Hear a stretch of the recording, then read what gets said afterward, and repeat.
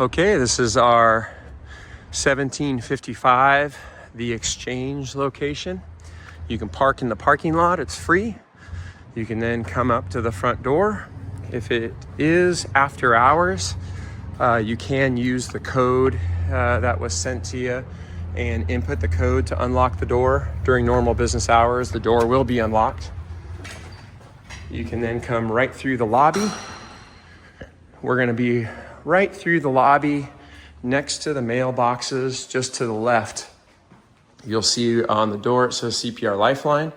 You can enter that code that was sent to you and then just spin the lock to unlock it, and you can come on in.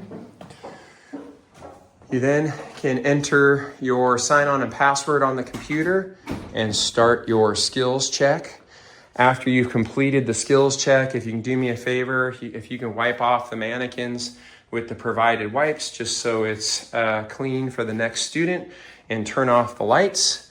And when you are exiting, if you can do me a favor and you can just hit that code again and then lock the door to actually lock the deadbolt and just confirm that it's locked.